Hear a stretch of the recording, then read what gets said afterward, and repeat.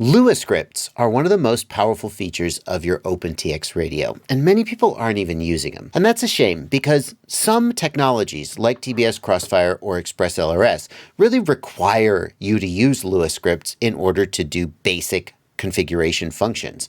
But Lua scripts open up a whole new world of capability, including totally new ways of interfacing with your quadcopter.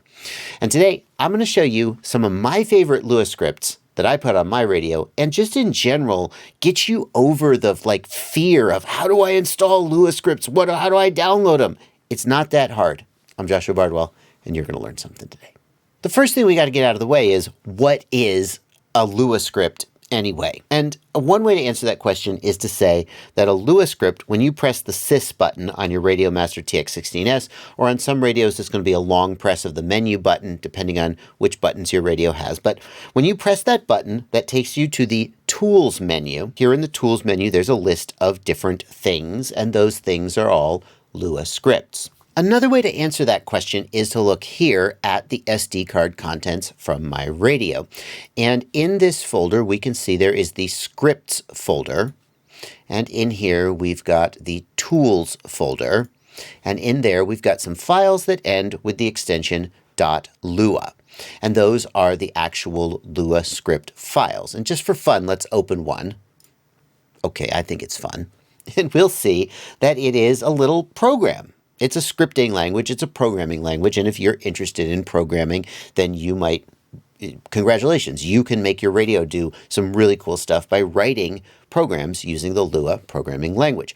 But most people aren't going to do that. Most people are just going to download these Lua scripts that other people have created and install them on their radio to make their radio do things. Now, before the end of this video, I want to show you how to download the F2M Toolbox Lua script, which is practically a complete revamp of the interface of your radio that lets you access all kinds of Betaflight configuration and telemetry information from a really cool unified interface. But I'm going to save that for the end because it's a little bit overkill, and actually it's a paid Lua script, which some people are going to object to. Instead, let's start with something that almost everybody watching this can benefit from: the Betaflight Lua script. And like so many things, Betaflight Lua scripts are hosted on GitHub. There's a link down in the video description to all the Lua scripts we're going to be working with in this video. And we can see here, the latest release is Betaflight Lua Scripts 150, and we could download the Betaflight TX Lua Scripts 150.zip file. Now, I try not to make too many assumptions about what you do and don't already know, but that also means sometimes I have to explain really basic information that some people think everybody should know. And in this case, that is what a zip file is. A zip file is a single archive file containing a whole bunch of other files. So if we click to open that zip file, we'll see that in here is a folder called obj. And if we double click to go into that folder, we can see several other folders: BF, Scripts, and Sounds. And I want to go to the radio's SD card now and show you the parallels between what we're seeing here and what's already on the SD card. So I'm going to plug this USB cable in to the top of the radio. And when I do that, the radio will ask whether I want USB joystick or USB storage, and I'm going to choose USB storage. And when I do that, we'll get that sound that tells us we have a new USB device has appeared, and we'll get two new folders popping up. One of them is named Radio Master TX16S, and it contains firmware.bin and firmware.txt. Do not mess with that. That is your actual radio operating system firmware. Leave that alone. We're just going to close that window. And the other is your SD card contents. And what I want you to see here is that the folders in this Lua script file are the same as the folders here on the SD card. We've got the scripts and sounds, and then there's another folder called BF, which is not actually here. Interesting. But the way to install a Lua script is to open up that zip file, and then you go into the zip file. In this case, it's in the OBJ folder. I don't know why they've done that, but there is no OBJ here. That's not part of this standard directory structure used on the OpenTX or EdgeTX SD card. So we're going to go into the OBJ, and here we've got scripts and sounds and sounds. And BF, which isn't already there, but presumably the right way to install this Lua script would be to go and drag these files straight onto your SD card. And the contents of these folders would be inserted into your own SD card contents. Now, I'm actually not going to do that because I'm running Betaflight 4.3 on many of my quads, and the version of the Lua script has to be paired with the version of Betaflight. That some older Lua script versions aren't compatible with the unreleased version of Betaflight. So I'm going to search for Betaflight Lua Script nightly builds, and those are going to be the ones that are compatible with the pre-release versions of Betaflight, Betaflight 4.3. We're going to go to the releases page, and we're going to download. Mighty interesting that it's still labeled 150. But I had a problem running the version of Lua script that I had previously. It wasn't working correctly, and so I'm going to go ahead and download the latest version. Sure enough, we do see some differences here. The folder structure is different. We've got scripts and sounds, but no BF folder. So here I am in the root folder of my SD card contents, and I've got the matching folders here in my zip file, and I'm just going to take those and I'm going to drag them over here and drop them. Do not drop them here because that will put it inside this folder. You're going to drop them like anywhere outside the window. Nope, not there. That's going to put it in the logs folder. We don't want that. We could also drop them here on the USB drive itself. That would work too. Now, it turns out I've already got some files with those names because I've previously installed this Lua script. If you're updating a previous Lua script, the safest thing to do is to replace the files in the destination. Now that Lua script has been installed, let's go ahead and run it and see what it does. And there are a couple little gotchas that will prevent Lua scripts like this from working. So even if you're not installing the Betaflight Lua script, you should still watch this section. And the first thing you need to see in order for the Lua scripts to work is that your telemetry between the flight controller and the receiver is working, and you will need a telemetry capable receiver in order for these scripts to do their job. So I'm going to press the model key here, and I'm going to go to the telemetry screen, and there on the telemetry screen I need to see that I've got all my telemetry sensors active and updating. And I want to point out that some of these telemetry sensors, well, I have Edge TX, I have a touch screen, I can just scroll with my finger. Isn't that nice? Some of these telemetry sensors, like the RSSI, the link quality, the signal to noise ratio, the antenna, the RF mode, the transmit power and TRSS and the T quality, all of those sensors are coming from the receiver itself. And those sensors are not sufficient to cause these Lua scripts to work correctly. Any telemetry capable receiver is going to give us those sensors, but we need to be getting telemetry communication not just from the receiver to the module, but from the flight controller to the receiver to the module. And that depends on your flight controller setup as well as your receiver setup. So if we continue to scroll here, we can see sensors like pitch, roll, and yaw, battery voltage, current, capacity, etc. These are the sensors that are coming from the flight controller and indicate that our telemetry is working correctly. Now, if you don't see those sensors, what you can do is you can hit Discover New. And sure enough, when I hit Discover New, a few more sensors came in. This quadcopter has GPS enabled. When I previously set up this radio, the quadcopter I was connected to didn't have GPS, and so when I did Discover New Sensors, GPS didn't show up. We've got these additional sensors that are related to GPS on this quad, and that's fine. We can just hit stop. You only need to do that one time for each control link. Like for Crossfire, you do Discover New. For Ghost, you do Discover New. For ExpressLRS, you do Discover New. And you're going to need to have a separate model for each of those because the telemetry sensors are stored on a per model basis. But once we've got these sensors active and updating, then we can go ahead and use our Lua scripts. Now, if you don't see telemetry sensors at all, like not even the RSSI link quality, those sensors that I said came straight from the receiver, then that might mean your receiver doesn't support telemetry. If you have an XM Plus FreeSky receiver, it just doesn't support telemetry. You can't do this. You need to get a new receiver. If you have Crossfire, you can go into the Crossfire Lua script, which I am going to show you how to install and use, and you could turn telemetry off, which some racers like to do because it causes more consistent frame timing. In ExpressLRS, you can also turn telemetry off, and if you've done that, then you will not get any of these telemetry sensors and you won't be able to do this thing. But if you do have a telemetry capable receiver, then you will see the receiver-based telemetry sensors like RSSI and link quality, but you will not see the flight controller-based telemetry sensors like pitch, roll, battery voltage, and so forth.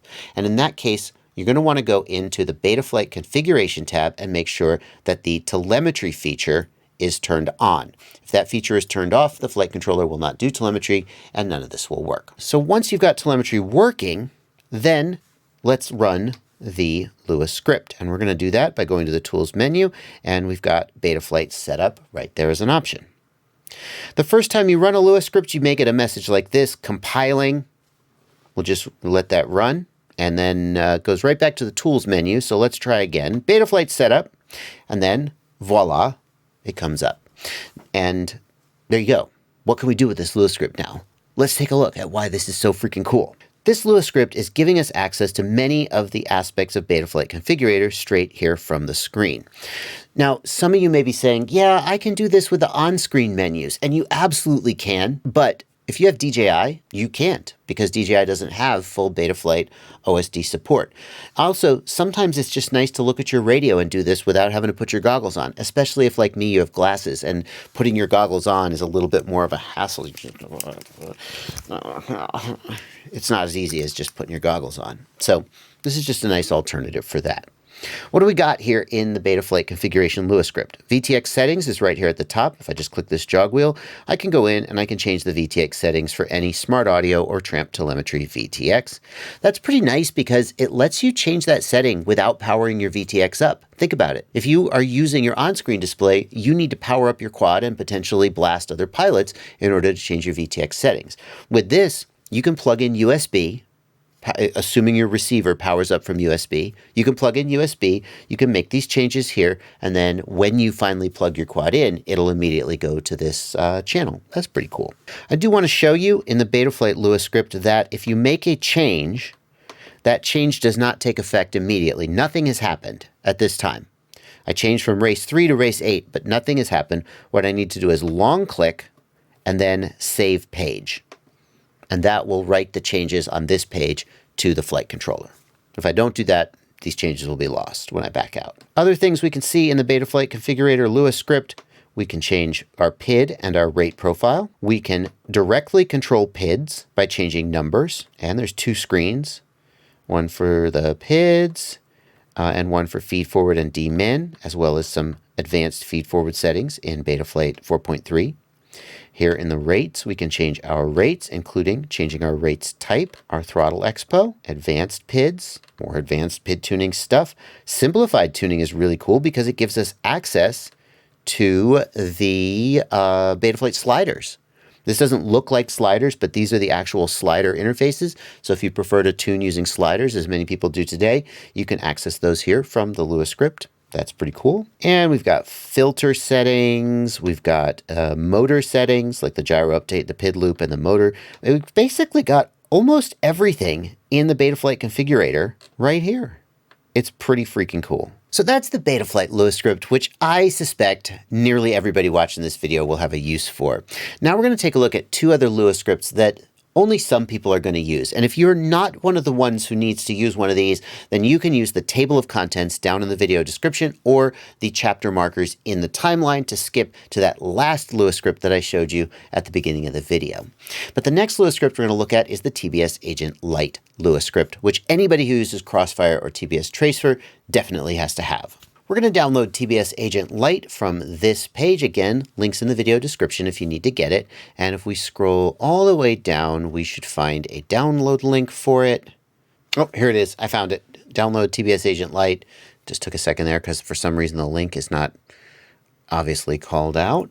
If we click there, we will download this zip file. And I want to show you the process of how to install it on your SD card because it's actually a little different than how the Betaflight script did it. And I want you to recognize when these differences occur. So notice that the installation instructions for the TBS Agent Lite Lua script tell you to move the included files and folders to the scripts/tools folder on your SD card. Whereas with the Betaflight Lua script, you just drop them on the root of the SD card itself.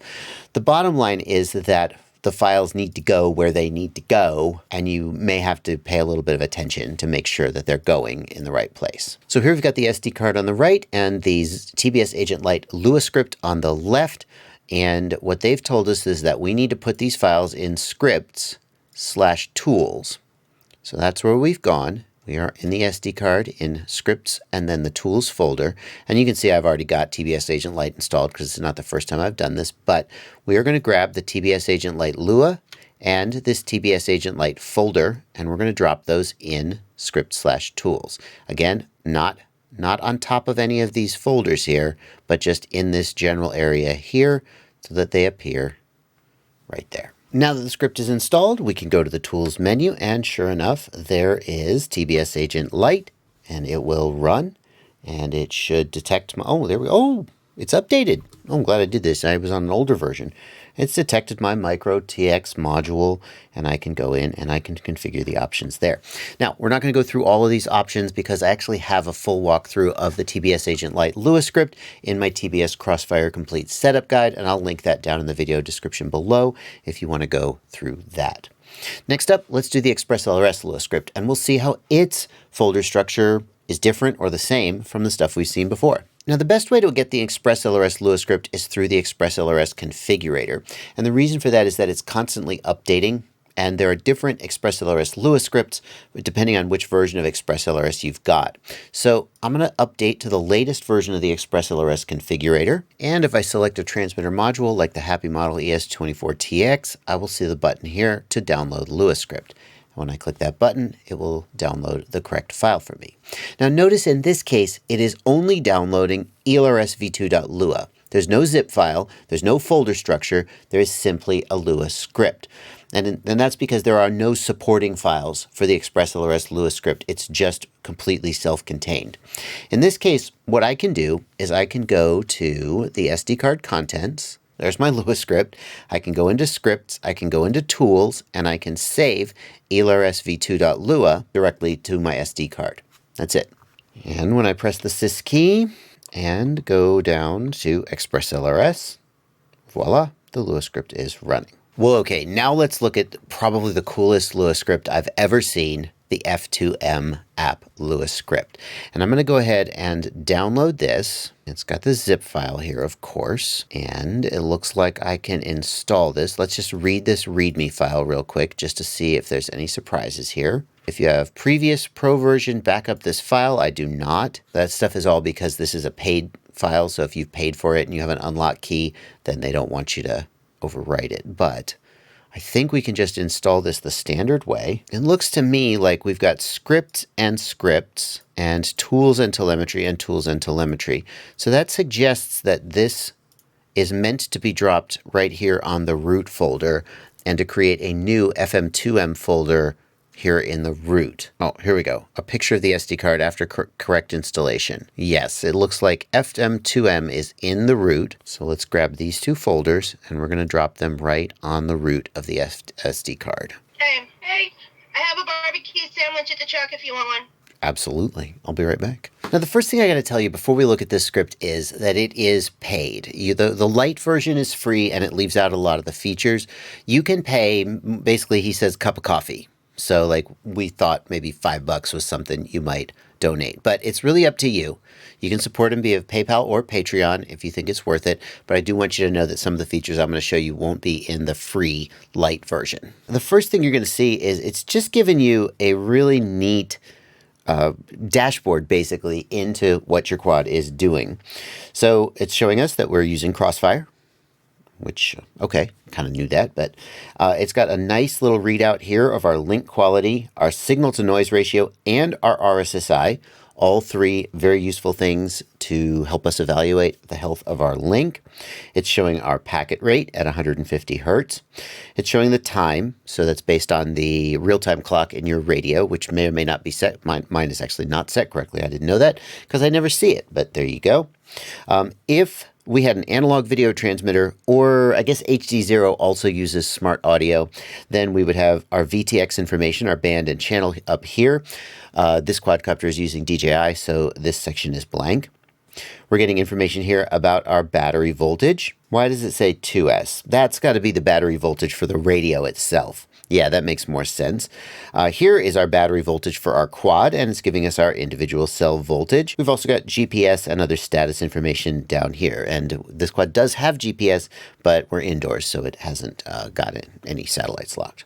If I arm the quad, which my props are off, so I can safely do that, it'll show us information about the status. Things like, oh, now we're in air mode, angle mode, etc. And a lot of people are saying, who cares? I'm not looking at that stuff when I'm under the goggles anyway. And you're sort of right, but there are times when you've got your goggles up and you're glancing down at this stuff. The other thing you'll think is interesting is if we use the page keys, we can actually go to the configuration of this script.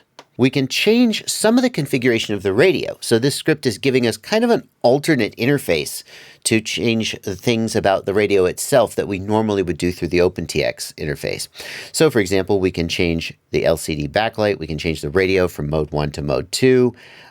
We can change the thresholds for the script about when it will feel that the RSSI is too low and worthy of a warning. We can change the battery thresholds. We can even put a limiter on the throttle using this script if we want to scale the throttle down.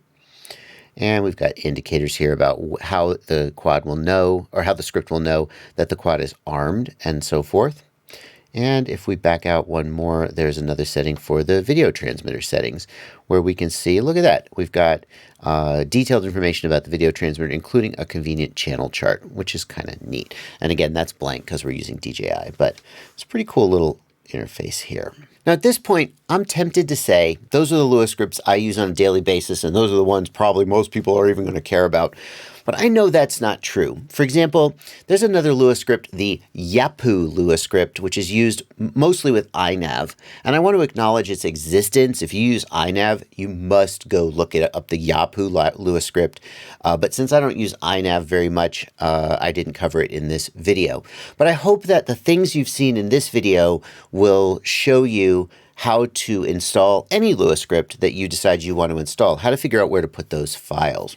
On the other hand, some of the things I've shown you don't require a Lua script at all to get working. For example, if you look at my radio's default screen, you'll see it has a lot of the information that F2M or FM2M full to the moon Lua script had just using EdgeTX widgets.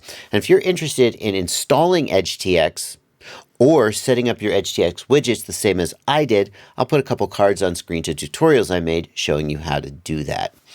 If this video was valuable to you, consider joining my Patreon, please. Patreon is a website where you can sign up, subscribe to me for as little as $2 a month or more if you feel like I've earned it. If today's the day that I earned it, then there's a link down in the video description where you can sign up or a card on screen. Or if I haven't earned it yet, keep watching content, I'll keep making content, and hopefully that day will come. Happy flying.